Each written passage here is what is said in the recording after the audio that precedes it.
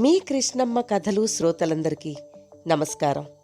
ముందుగా మీ కృష్ణమ్మ కథలు ఛానల్ని సబ్స్క్రైబ్ చేసుకోని వారు దయచేసి వెంటనే సబ్స్క్రైబ్ చేసుకొని బెల్ ఐకాన్ని నొక్కండి. నోటిఫికేషన్ల రూపంలో కొత్త కథల వివరాలు వెంటనే మీకు అందుతాయి. అలాగే కథ నచ్చితే లైక్ చేయండి. ఈ వీడియోలో మీరు వినబోతున్న కథ పేరు ఒక కోయిల గుండె చప్పుడు. రచన శ్రీ అత్తలూరి విజయలక్ష్మి గారు. రెండో భాగాన్ని వినబోతున్నారు. ఇహ కథలోకి వెళ్ళిపోదామా? 10 రోజులైంది పుట్టింటికి వచ్చి. ఒక్కనాడు తనంత తానుగా ఫోన్ చేసి ఎలా ఉన్నావని గాని, డాక్టర్ దగ్గరికి వెళ్ళావా, డాక్టర్ ఏమన్నాడని గాని అడగలేదు. సరికదా, నేను బిజీగా ఉన్నాను, మందులు వాడుతున్నావుగా, తగ్గుతుందిలే అంటూ పొడిపొడిగా మాట్లాడి ఫోన్ పెట్టేశాడు. తన గొంతు ఇలా అయిందని స్నేహితులు, పరిచయస్తులు ఎందరో వచ్చి చూసి వెళ్ళి 4 ఓదార్పు మాటలు చెప్తున్నారు. కొందరు కొన్ని రెమెడీలు కూడా చెప్తున్నారు. కానీ అతను ఒక్కసారి కూడా చూడడానికి రాలేదు. పుట్టింటికి తనింటికి ఉన్నది 30 కిలోమీటర్ల దూరం మాత్రమే. అయినా అతనికి రావడానికి సమయం లేదు. ఎందుకిలా జరిగింది? ఏమైంది రాహుల్కి? తన గొంతు పాడవడంతో తను కూడా పనికిరాలేదా? అతను తన గొంతునే ప్రేమించాడా? తనని ప్రేమించలేదా? హాయ్ సరాగా, ఎలా ఉన్నావు? శేఖర్ లోపలికి వచ్చాడు. సరాగా కన్నీళ్లు తుడుచుకుని నవ్వింది. ఏమన్నా ఇంప్రూవ్మెంట్ ఉందా? లేదన్నట్లుగా తలాడించింది. శేఖర్ కొన్ని క్షణాలు మౌనంగా ఉండి అన్నాడు, రాహుల్ రాలేదా? సరాగా మాట్లాడలేదు. మొహం తిప్పుకుంది. శేఖర్ ఆమెనే చూస్తూ అన్నాడు, శశిరేఖ తెలుసుగా? సరాగ ప్రశ్నార్థకంగా చూసింది. శశిరేఖ తెలియకే? స్టఫ్ తక్కువ, పబ్లిసిటీ ఎక్కువ, 3rd క్లాస్ సింగర్. ఆమె ప్రసక్తి ఎందుకు అన్నట్లు చూసింది. ఈ మధ్య ఆవిడ చాలా షైన్ అవుతోంది. ఎక్కడ చూసినా ఆవిడ పాటలే. 2 ఫెయిల్యూర్ సినిమాల్లో కూడా పాడిందట ఈ మధ్య. నువ్విలా సిక్కవడం ఆవిడకి బాగా అడ్వాంటేజ్ అయి సడన్గా పాపులర్ అయింది. పేలవంగా నవ్వింది. అది ఆవిడ అదృష్టం అనుకుంది మనసులో. ప్రేక్షకులని సీట్లకు కట్టిపడేసే మంత్రదండం లాంటి స్వరం ఆమెది. జలపాతంలా దూకుతూ, నదిలా పారుతూ, సముద్రంలా కేరింతలు కొట్టే గమకాలు, అమృతపు ధారల్లా, తేనెలో ముంచి తీసిన పంచదార చిలకలాంటి మాధుర్యం నిండి ఉండే స్వరం. అలాంటిది ఇప్పుడు గుండెల్ని చీల్చుకుంటూ వచ్చింది దుఃఖం. శేఖర్ సరాగ క్లాస్మేట్, ఆమె అభిమాని, ఎంతో ఆత్మీయుడు. తన స్నేహితురాలు, తనకెంతో ఇష్టమైన సింగర్ ఇలా అయిపోతే అతని హృదయం ద్రవించిపోయింది. నేనో పని చెప్తాను, చేస్తావా సరాగా? ఏంటన్నట్లు చూసింది. కొన్ని మనం మూఢనమ్మకాలను తీసిపారేస్తాం గాని అవే మనకి దివ్య ఔషధాలుగా పనిచేసి అసాధ్యాలను సుసాధ్యాలు చేస్తాయి. నాకు తెలిసిన ఒక గొప్ప వైద్యుడున్నాడు, ఆయన దగ్గరకు తీసుకెళ్తాను, వస్తావా? ఆశగా చూసింది. నా గొంతు నాకొస్తుంది అంటే ఎక్కడికైనా వస్తాను, నూతిలోంచి అన్నట్లుగా అంది. శేఖర్ క్షణం కూడా ఆలస్యం చేయలేదు. అయితే వెంటనే లేచి జడేసుకుని చీర మార్చుకురా ఆజ్ఞాపిస్తున్నట్లు అన్నాడు. అప్పుడే ఇంట్లోకి అడుగుపెట్టిన రామారావుతో అన్నాడు, అంకుల్, నేను 10 నిమిషాల్లో కారు తీసుకొస్తాను, మీరు సరాగా రెడీగా ఉండండి అంటూ రివ్వున బయటికి వెళ్ళి బండి స్టార్ట్ చేశాడు. సుమారు గంట ప్రయాణం తర్వాత షాద్నగర్కి కొంచెం అవతల విసిరేసినట్టు ఉన్న ఒక కుటీరంలోకి తీసుకెళ్లాడు. గుండెల దాకా పెరిగిన తెల్లటి గడ్డం, కాషాయ వస్త్రాలు, చింక చర్మం మీద కూర్చున్నాడు ఓ స్వామీజీ. ఆయన కూర్చున్న గది చాలా చిన్నది. గోడలకి ఆనించి 2 చిన్న రోళ్లు, ఒక పెద్ద రోలు, ఏవో మూలికలు, మరేవో సీసాలో కొన్ని పసర్లు. ఆ వాతావరణం చూడగానే సరాగకి కాస్త భయం వేసింది. ఆమె భయం గమనించిన శేఖర్ భయపడవద్దన్నట్లు ఆమె భుజం తట్టి కూర్చోమన్నట్లుగా రామారావుకి సరాగకి కూడా సైగ చేసి ఆ స్వామికి కొంచెం దూరంగా నేల మీద కూర్చున్నాడు. సరాగా రామారావు కూడా కూర్చున్నారు. శేఖర్ క్లుప్తంగా విషయం వివరించాడు. ఆయన అంతా విని సరాగని దగ్గరకు రమ్మని నోరు తెరవమన్నాడు. ఆమె నోరు తెరిచింది. స్వామీజీ చిన్న టార్చ్ లైట్ తీసుకుని తీక్షణమైన కళ్ళతో ఆమె గొంతులోకి చూశాడు. 30 సెకండ్లు అలా చూసి టార్చ్ లైట్ పక్కన పెట్టాడు. గంభీరంగా అడిగాడు, రోజూ ఆహారం ఏం తీసుకుంటావు? మామూలుగా అన్నం, పప్పు, కూర చెప్పింది సరాగ. ఉదయం పలహారం? ఇడ్లీ కాని, వడ, దోశ, ఉప్మా ఏదో ఒకటి. రాత్రి డిన్నర్? అన్నం, పడుకునేటప్పుడు పాలు, ప్రోటీన్ పౌడర్ వేసుకుని తాగుతా. ఆయన భ్రుకుటి ముడిపడింది. ఆమెతో మాట్లాడుతూనే చిన్న రోలులో ఏవో మూలికలు వేసి నూరుతూ, నూరడం పూర్తయ్యాక సరాగని నోరు తెరవమని నోట్లో 2 చుక్కల రసం పిండాడు. ఆ మూలికల పేస్టు ఆమె చేతికిచ్చి గొంతు చుట్టూ రుద్దుకోమన్నాడు. నోరంతా చేదుగా అయిపోవడంతో వాంతి వచ్చినట్లయింది సరాగకి. చూడమ్మా, నీకిప్పుడిచ్చిన పసరుతో నీకివాళంతా బాగా వాంతులవుతాయి, విరేచనాలు కూడా అవుతాయి. ఈ రోజుకి మజ్జిగ తప్ప మరో ఆహారం తీసుకోవద్దు. 2 రోజుల తర్వాత నీకు నా పద్ధతిలో వైద్యం చేస్తాను. ఆ వైద్యం ఆపకుండా 1 నెల రోజులు తీసుకోవాలి. వారానికి 2 సార్లు నువ్వు నా దగ్గరికి రావాల్సి ఉంటుంది. నువ్వు కోల్పోయిన నీ స్వర మాధుర్యం నీకు తప్పకుండా తిరిగి లభిస్తుంది. అది నా పూచి. అయితే ఈ 1 నెల రోజులు నువ్వు తినే ఆహారం నీ చేతులతో స్వయంగా నువ్వు చేసుకుని తినాలి. ఏ రోజు ఏం తిన్నావో నాకు రోజూ చెప్పాలి. లేదంటే ఈ 1 నెల రోజులు నువ్వు నా ఆశ్రమంలో ఉండాలి. ఏం చేయగలవు? అడిగాడాయన. సరాగ తండ్రి వైపు చూసింది. ఆమె మనసులో అనేక ప్రశ్నలు, ఎన్నో సందేహాలు. శేఖర్ ఆత్రంగా చూశాడు సరాగ వైపు. రామారావు అడిగాడు, ఏమైంది స్వామి, ఎందుకలా? ఆయన తల పంకించాడు. చెప్పలేను. నాది అనుమానం కావచ్చు, వాస్తవం కావచ్చు. ఏది ఏమైనా ఈమె స్వరం బాగుపడాలంటే నేను చెప్పినట్లు చేయాలి అన్నాడు. అంకుల్, ఇలా రండి. శేఖర్ రామారావుని తీసుకుని బయటకొచ్చాడు. ఏంటయ్యా ఇది? ఆవేదనగా అడిగాడాయన. ఆయన ఆయుర్వేద వైద్యంలో చాలా సుప్రసిద్ధుడు. ఎన్నో ఏళ్లు హిమాలయాల్లో, కేరళ ప్రాంతంలోని అడవుల్లో తిరిగి ఏవేవో ఔషధ మొక్కలు సంపాదించి రకరకాల ఆయుర్వేద మందులు తయారు చేస్తారు. మా నాన్నగారికి పక్షవాతం వచ్చి కాళ్ళు చేతులు పడిపోయినప్పుడు మా మేనత్తకి ఏ జబ్బో అర్థం కాక డాక్టర్లు చేతులెత్తేసినా ఆయన దగ్గరే వైద్యం చేయించాం. ఇప్పుడు వాళ్ళు ఎంతో ఆరోగ్యంతో తిరుగుతున్నారు. పోయిన ప్రాణాలను కూడా తిరిగి రప్పించే శక్తి ఉన్న యోగి ఈయన. సరాగ గొంతు తప్పక బాగవుతుంది. తిరిగి సరాగ పాడుతుంది. జీవితాంతం పాడుతూనే ఉంటుంది. నా మాట నమ్మండి. అప్పుడే సరాగ బయటికి వచ్చి అంది. రాత్రికి ఆయనతో మాట్లాడి రేపు నేను ఇక్కడికి వచ్చి ఉంటాను నాన్న. శేఖర్, రేపు నన్ను ఇక్కడ దింపగలవా? ష్యూర్, ఉత్సాహంగా అన్నాడు శేఖర్. స్వామీజీకి తన నిర్ణయం చెప్పింది సరాగ. స్వామీజీ నల్లటి మాత్రలు 2 ఇచ్చి, మరీ వాంతులు ఎక్కువైతే ఈ మాత్ర ఒక్కటి వేసుకో, కానీ వాంతులు అవ్వాలి. అప్పుడే నీ కడుపులోకి చేరిన విష పదార్థాలు బయటకు వస్తాయి. నీ కడుపు మొత్తం శుభ్రపడాలి, నీళ్లతో కడిగినట్లు అవ్వాలి.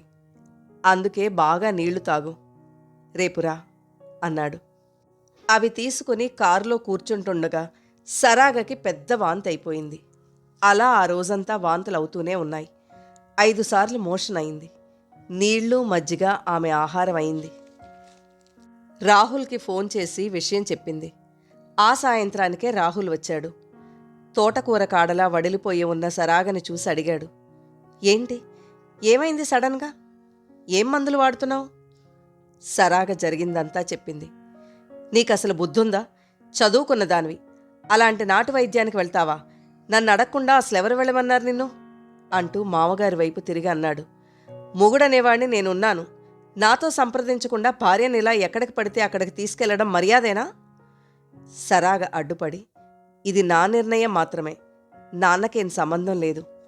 అంటే నేనొకడు ఉన్నానని, నా పర్మిషన్ తీసుకోవాలని ధ్యాస లేదా? నీ ఇష్టం వచ్చినట్టు చేసుకునేటప్పుడు నాకెందుకు చెప్పడం? అంటూ విసురుగా లేచి వెళ్ళిపోయాడు. సరాగకి ఏడుపొచ్చింది. చిన్న ఓదార్పు లేదు.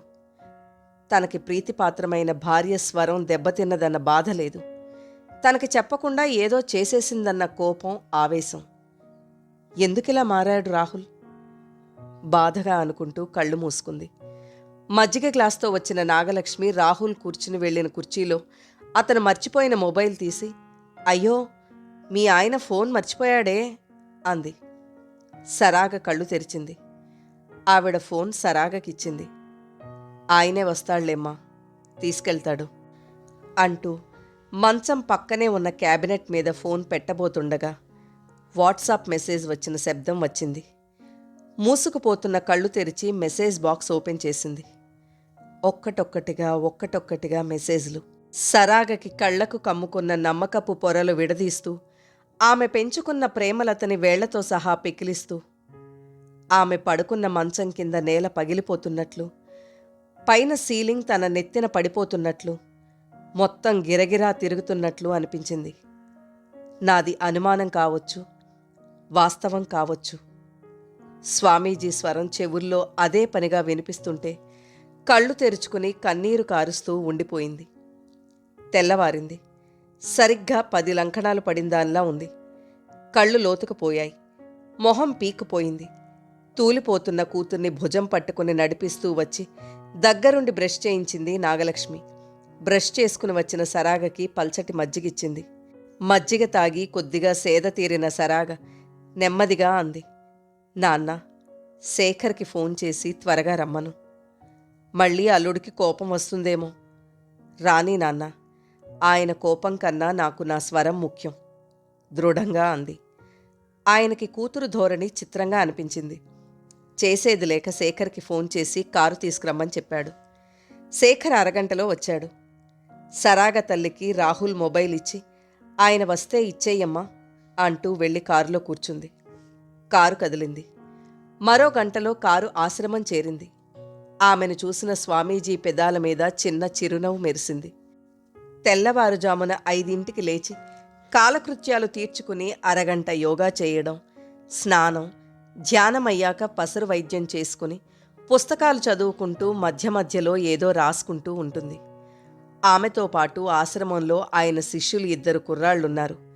వాళ్లతో కాసేపు కబుర్లు. ఆహారం కోసం స్వామీజీ ప్రత్యేకంగా ఏం చేయాలో చెబితే అది తనే తయారు చేసుకుంటుంది. సరాగ కాయగూరలు, పండ్లు, రాత్రిళ్లు పడుకునే ముందు గ్లాసు పాలు. అంతకు మించి కాఫీలు, టీలు, చిరుతిళ్ళు ఏమీ లేవు. ఆ ప్రశాంతమైన వాతావరణం, క్రమశిక్షణలతో కూడిన దినచర్య, నియమిత ఆహారం, నిత్యం వ్యాయామం. 15 రోజుల్లోనే తనలో ఏదో అపూర్వమైన మార్పు వచ్చినట్లు గమనించింది సరాగ. క్రమంగా ఆమె చర్మంలో కాంతి, కళ్లలో వింత వెలుగులు, స్వరంలో కూడా మునుపటి లాలిత్యం వస్తోంది. 20 రోజులు గడిచాయి. 20 రోజుల్లో సరాగ ఒక్కసారి కూడా రాహుల్కి ఫోన్ చేయలేదు. చేయాల్సిన అవసరం లేదనుకుంది. అతను కూడా ఏం చేయలేదు. కనీసం ఒక్కసారన్నా చూడ్డానికి రాలేదు. వస్తాడని ఆమె ఆశించలేదు. ఆ రోజు ఉదయం స్వామీజీ అన్నాడు, ఈరోజు నీకు గుర్తున్న కీర్తన ఒకటి పాడు తల్లి. పాడగలనా స్వామీజీ? ఆశగా అడిగింది. తప్పకుండా పాడగలవు. పాడగలను అనే విశ్వాసం నీలో నింపుకుని తాగు. కళ్ళు మూసుకుని గుండె నిండా గాలి పీల్చుకుంది. క్రమంగా గాలి వదులుతూ శ్వాస తీసుకుని గొంతు సవరించుకుంది. పూల తీగల మీద తూగుతూ పచ్చని పచ్చిక మీద వాలే మలయ మారుతంలా సాగింది ఆమె స్వరం. ముద్దుగారే యశోద. ఆమెకి తెలియకుండానే ఆమె స్వరం జలపాతంలా పరుగులు తీసింది. ఒకటిగా తనకు తెలియకుండానే 4 కీర్తనలు అలవోకగా పాడేసి ఠకీమని ఆపేసింది. కన్నీళ్లతో ఆమె చెక్కిళ్ళు తడిసిపోయాయి. గభాల్న ఆయన పాదాల మీద సాష్టాంగపడింది.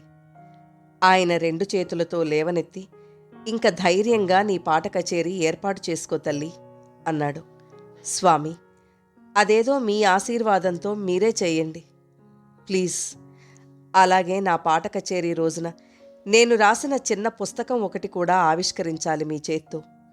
మీరు ఒప్పుకుంటే నాన్నను పిలిచి నేను రాసుకున్న కాగితాలు ప్రింట్కివ్వమని చెప్తాను.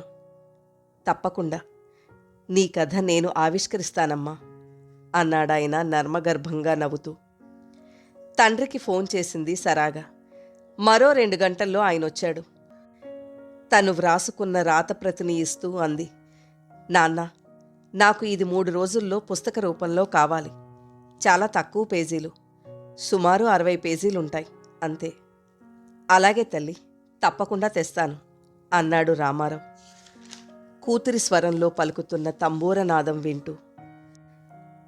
ఆ రోజే స్వామీజీ ఆశ్రమం తరపున ప్రముఖుల సమక్షంలో ఏర్పాటు చేసిన భక్తిగీతాల కార్యక్రమం అతిథులతో, ఆహూతులతో, ప్రాంతీయ కళాభిమానులతో, మీడియా వారితో కళకళలాడిపోతోంది ఆవరణ. ఆశ్రమం చుట్టూ ఉన్న ఖాళీ స్థలంలో పెద్ద వేదిక ఏర్పాటు చేశారు. కుర్చీలు, బల్లలు, రంగురంగుల కాగితాలతో అలంకరణ, విద్యుత్ దీపాల కాంతితో పరిసరాలు శోభాయమానంగా ప్రకాశిస్తున్నాయి. అంతా స్వామీజీ పర్యవేక్షణలో ఆకర్షణీయంగా ఉంది. శేఖర్, రామారావు, నాగలక్ష్మి వచ్చారు. సరాగ పంపించిన ఆహ్వానం చూసి షాక్ అయ్యాడు రాహుల్. సరాగ పాడే భక్తి గీతాల కార్యక్రమమా? ఎలా సాధ్యం అనుకున్నాడు. వెళ్ళాలా వద్దా అని ఆలోచించి చివరికి వెళ్లడానికే నిశ్చయించుకున్నాడు. సాయంత్రం 6 అయింది. కల్చరల్ అఫైర్స్ మంత్రి గారు, డైరెక్టర్ గారు, హైకోర్టు జడ్జి గారు, మరో 2 ప్రముఖ న్యాయవాదులు, 2 ప్రముఖ నేపథ్య గాయనీ గాయకులు, స్థానిక ఎమ్మెల్యే, మరో 2 పీఠాధిపతులు వచ్చారు. వేదిక తేజోవంతంగా ఉంది. స్వామీజీ వేదిక మీదకు వచ్చారు. 2 అరచేతులు గట్టిగా నలుపుకుంటూ ఆందోళన అణుచుకుంటూ నిలబడిన సరాగ భుజం మీద ధైర్యాన్నిస్తూ తట్టాడు శేఖర్. ఆల్ ది బెస్ట్ సరాగా, ఇది నీకు పునర్జన్మ, గుర్తుంచుకో అన్నాడు. అవునన్నట్లు తల ఊపింది సరాగ. స్వామీజీ స్వరం గంభీరంగా మోగింది. ఆనాటి కార్యక్రమ ప్రత్యేకత గురించి వివరించాడు. సరాగ తన దగ్గరకు ఏ పరిస్థితుల్లో వచ్చిందో వివరించి ఉజ్వలమైన భవిష్యత్తు ఉన్న ఓ అపూర్వ గాయనిని తిరిగి లోకానికి అప్పగించాలన్న తన సంకల్పం వివరించాడు. ముందుగా ఆమె 2 కీర్తనలు పాడుతుందని, తరువాత ఆమె రాసిన చిన్న పుస్తకం జడ్జి గారు ఆవిష్కరిస్తారని వివరించి తన ఆసనంలో ఆసీనులయ్యారు. సరాగ వేదిక మీదకు వచ్చింది. ప్రేక్షకుల్లో జంటగా కూర్చున్న శశిరేఖ రాహుల్ని చూసింది. నిబ్బరంగా కళ్ళు మూసుకుని ముందుగా ప్రార్థన శుక్లాం బరధరంతో ప్రారంభించి వాతాపి గణపతిం భజే. నాగలక్ష్మి, రామారావు కళ్ల నుంచి గంగా, యమున ప్రవహిస్తున్నాయి. రాహుల్ కళ్లల్లో నిప్పురవలు రాలుతున్నాయి. ప్రేక్షకులంతా మంత్రముగ్ధులైనారు. లేత నీలం రంగు పట్టుచీరలో ఎప్పటికన్నా నునుపు తేలి మెరిసిపోతున్న లావణ్యంతో, చిరునవ్వుతో అందర్నీ చూస్తూ అపూర్వంగా ఆలపిస్తున్న సరాగని చూస్తున్న కొద్దీ రాహుల్లో ఆవేశం, ఆగ్రహం ఎక్కువైపోయింది. అవమానంతో అతని మొహం జేవురించింది. 2 కీర్తనలతో ఆపాలనుకున్న ఆమెని ఆపనివ్వలేదు ప్రేక్షకులు. గంట తరువాత ధారాపాతంగా కారుతున్న ఆనంద భాష్పాలు తుడుచుకుంటూ వచ్చి తన కుర్చీలో కూర్చుంది సరాగ. రంగు కాగితాల్లో చుట్టిన పుస్తకాల ప్యాకెట్తో శేఖర్ వేదిక మీదకు వచ్చి అతిథుల ముందు ఉన్న సెంటర్ టేబుల్ మీద ఆ ప్యాకెట్ పెట్టి వెళ్ళిపోయాడు. స్వామీజీ జడ్జిగారిని పుస్తకం ఆవిష్కరించవలసిందిగా కోరారు. సరాగా జడ్జిగారి పక్కకు వచ్చి నిలబడింది. ఆవిష్కరణోత్సవం ప్రారంభమైంది. న్యాయమూర్తి జస్టిస్ ప్రహ్లాదరావు గారి చేతుల మీదుగా ఆవిష్కరించబడిన పుస్తకం కవర్ పేజీ ప్రేక్షకులకి, మీడియాకి కనిపించేలా పట్టుకున్నారు జడ్జిగారు. ఒక కోయిల గుండె చప్పుడు. అట్ట మీద పెద్ద పెద్ద అక్షరాలతో రాహుల్ భ్రుకుటి ముడిపడింది. ఈ పుస్తకం సరాగ రాసిందా? సరాగ గాయనే కాక రచయిత్రి కూడానా? తనతో ఎప్పుడూ చెప్పలేదే. శశిరేఖ ఏదో అంటోంది. ఆమె మొహం కందగడ్డలా ఉంది. రాహుల్ ఆమె మాటలకి తల పంకిస్తున్నాడు. శేఖర్, మరో యువకుడు కలిసి ప్రేక్షకులందరికీ పుస్తకం పంచుతున్నారు. టెన్షన్తో కూర్చున్న రాహుల్ చేతిలో శేఖర్ పుస్తకం పెట్టి వెళ్ళిపోయాడు. రాహుల్ కళ్ళు పుస్తకం మీదకు మళ్ళాయి. ప్రహ్లాద్ గారి స్వరం గంభీరంగా మోగింది. వేదిక మీద ఉన్న మహానుభావులకు మీ అందరికీ నా నమస్కారాలు. సరాగ పేరులోనే ఉంది ఆమె నైపుణ్యం అంతా. ఏం ఆలోచించి పెట్టారో ఆమె తల్లిదండ్రులు ఆమెకి ఈ పేరు. ఏదేమైనా ఆమె చిన్న వయసులో ఉభయ తెలుగు రాష్ట్రాల్లో ప్రముఖ నేపథ్య గాయనిగా అన్నమాచార్య కీర్తనలకి పెట్టింది పేరుగా కీర్తిని గడించింది. అయితే దురదృష్టం కొద్దీ ఆమె స్వరం ఊహించని ప్రమాదానికి గురైంది. కొద్దిగా ఆలస్యం అయితే పూర్తిగా మోగపోవాల్సిన ఆమె స్వరతీగలను సవరించి తీయని రాగం ఆలపించమని దీవించారు స్వామీజీ. ఇప్పుడు ఆమె గాయనే కాదు, ఈ నెల రోజులుగా స్వామీజీ ఆశ్రమంలో ఉంటూ ఆయన పర్యవేక్షణలో ఆమె పూర్తిగా స్వస్థురాలైపోవడమే కాక తన అనుభవాన్ని రంగరించి చక్కటి పెద్ద కథ రాసింది. ఈరోజు నా చేతుల మీదుగా ఆవిష్కరించాల్సిన ఈ పుస్తకం నాకు 2 రోజుల ముందే స్వామీజీ పంపించారు. కాబట్టి నేను ఈ పుస్తకం ఆమూలాగ్రం చదివాను. ఆమె వేదన అర్థం చేసుకున్నాను.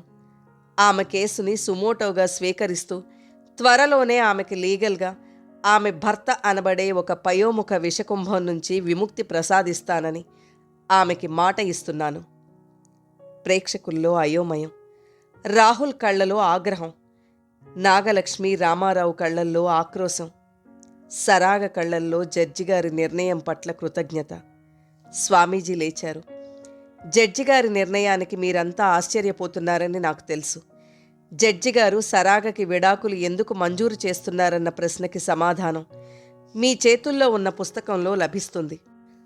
ఒక ఆడపిల్లను వంచించి ఆమె బంగారు భవిష్యత్తుని నాశనం చేయాలనుకున్న ఆమె భర్త అనబడే రాహుల్ మీ మధ్యలోనే ఉన్నాడు. తన ప్రేయసిని ఉన్నత శిఖరాలకు తీసుకెళ్లడానికి ఒక అపూర్వ గాయనిని వంచించి భార్యగా చేసుకుని తన ప్రేయసి ఎదుగుదలకి అడ్డుపడుతోందన్న భ్రమతో, అసూయతో ఒక గొప్ప స్వరాన్ని శాశ్వతంగా మూసేయడానికి విషప్రయోగం చేశాడు. అది ఎలా, ఎందుకు అనే విషయాలు మీకు ఆ పుస్తకంలో లభిస్తాయి. అందుకే జడ్జిగారు ఈ నిర్ణయం తీసుకున్నారు. ఒక్కసారిగా ప్రేక్షకులలో కలకలం. కొందరు తలలు తిప్పి అటూ ఇటూ తిప్పి రాహుల్ కోసం వెదగసాగారు. కొందరు గబగబా తమ చేతుల్లో ఉన్న పుస్తకం తెరిచారు. నాగలక్ష్మి నిర్ఘాంతపోతూ భర్త వైపు చూసింది. ఆయన బాధను అణుచుకుంటూ కళ్ళు మూసుకున్నారు. రాహుల్కి అర్థమైపోయింది. తన నిజస్వరూపం సరాగకే కాక మొత్తం అందరికీ తెలిసిపోయింది. అతను శశిరేఖ చేతి మీద తట్టి, పద వెళ్ళిపోదాం అన్నాడు. అతను మెల్లగా పారిపోవడం గమనించిన స్వామీజీ గుంభనంగా నవ్వుకున్నారు. ఆయన స్వరం తిరిగి మోగింది. ఇప్పుడు కల్చరల్ మినిస్టర్ గారు మాట్లాడతారు. మంత్రిగారు లేచారు. సరాగని అభినందించి స్వామీజీ సాధించిన అపూర్వ విజయాన్ని శ్లాఘించారు. ప్రేక్షకుల వైపు తిరిగారు. మన తెలుగువారి సంస్కృతి, సంప్రదాయాలు, సంగీతం, నాట్యం, సాహిత్యం, చిత్రకళలు అనే 4 స్తంభాల మీద పటిష్టంగా నిలబడున్నాయి. ఇప్పటికే ప్రపంచ దేశాలన్నీ కూడా మన సంప్రదాయ సంగీతాన్ని, సంప్రదాయ నాట్యాన్ని ఎంతో ఆదరిస్తున్నాయి. ఇంకా ఇంకా మన సంస్కృతి, సంప్రదాయాలు విశ్వవ్యాప్తం కావాలంటే భవిష్యత్తులో మరెందరో కళాకారులు తయారు కావాలి. అలాంటి కళాకారులను తయారు చేయడానికి సరాగలాంటి అంకిత భావం ఉన్న యువతుల సహకారం, సహాయం కావాలి. ఈమె లాంటి వాళ్ళు కళలను పెంపొందించడానికి ముందుకు రావాలంటే ప్రభుత్వం నుంచి ప్రోత్సాహం, ఆర్థిక సహకారం కావాలి. అందుకే ఈమెకి ఈ ప్రాంతంలోనే ఒక సంగీత కళాశాలను కట్టించి దానికి ఈ సరాగను చైర్మన్ను చేయాలన్న నా నిర్ణయాన్ని త్వరలో ప్రభుత్వానికి తెలియచేసి ప్రభుత్వం నుంచి ఆమోదం తీసుకుంటాను. ఈమె శిష్యరికంలో మరెంతో మంది గాయనీ గాయకులు తయారై మన తెలుగువారి సంస్కృతి, సాంప్రదాయాలైన సంగీతాన్ని ప్రపంచ దేశాలకి చాటాలని మనసారా కోరుకుంటున్నాను. సరాగ ఆపుకోలేని ఉద్వేగంతో అక్కడి నుంచి తెరవెనక్కి వెళ్ళిపోయి 2 చేతుల్లో మొహం దాచుకుని ఏడవసాగింది. ఆమె కళ్ల ముందు రాహుల్ మొబైల్లో కనిపించిన వాట్సాప్ మెసేజ్లు, ప్రోటీన్ పొడి అంటూ పాలలో విషాహారం కలిపి తనతో ప్రేమగా తాగించడం, తన కార్యక్రమం రోజున ఎవరూ మెచ్చుకోని శశిరేఖ పాటను అతను మెచ్చుకోవడం, సంఘటనలన్నీ వలయాలుగా కదలసాగాయి. అప్పటికే తన చేతిలోని 60 పేజీల పుస్తకంలోని విషయాలు చదివి ఆవేశంతో రగిలిపోసాగాడు శేఖర్. ఎంత దారుణమైన మోసం! సరాగ కీర్తి ప్రతిష్టలు తన ప్రేయసి ఎదుగుదలకి అవరోధమని ఇలా వంచాడా? కులాలు అడ్డు వచ్చాయని పెద్దవాళ్ల నిర్ణయానికి తలవంచి పెళ్లి చేసుకున్న ఆ శశిరేఖ లక్షణంగా కాపురం చేసుకోక వివాహితురాలు అయి ఉండి పాత ప్రేమికుణ్ణి ఉసిగొలిపి సరాగ జీవితం నాశనం చేస్తుందా? ఎంత పైశాచికత్వం! వీళ్ళని పళ్ళు పటపటా కొరుకుతూ చేతిలో పుస్తకం నలిపివేస్తున్న శేఖర్ భుజం మీద చల్లటి స్పర్శ. ఉలిక్కిపడి చూసిన శేఖర్ చిరునవ్వుతో తనకి చేరువుగా ఉన్న స్వామీజీని చూసి ఆవేదనగా పిలిచాడు. స్వామి, ఏమిటిది? బాధపడకు బాబు, పాపం పండుతుంది. దుష్టులని సంహరించడానికి భగవంతుడు వెంటనే అవతారం దాల్చలేదు. చాలా ఓపిక పట్టి సహనం నశించాకే దుష్ట శిక్షణ శిష్టరక్షణకి అవతారం దాల్చాడు. వాళ్ళిద్దరి దుర్మార్గం బయటపడి శిక్ష పడే రోజు త్వరలో వస్తుంది. ఇప్పుడు మన తక్షణ కర్తవ్యం సరాగ కోల్పోయిన కీర్తి ప్రతిష్టలను ఆమెకి తిరిగి అందించడానికి సహకరించడమే. స్వామీజీ మాటలతో కన్నీటితో నిండిన కళ్ళెత్తి ఆయన చూసిన సరాగ గభాలున ఆయన పాదాల మీద వాలిపోయింది. ఆయన ఆమెను లేవనెత్తి, ఏడవద్దమ్మా, ధైర్యంగా పరిస్థితులతో పోరాడి విజయం సాధించు, శతమానం భవతి అంటూ ఆమె తల మీద చేయి వేసి ఉంచారు స్వామీజీ. కథ నచ్చితే లైక్ చేయండి. మీరు లైక్ చేయడం వల్ల మరింత మందికి ఈ కథలు చేరతాయి.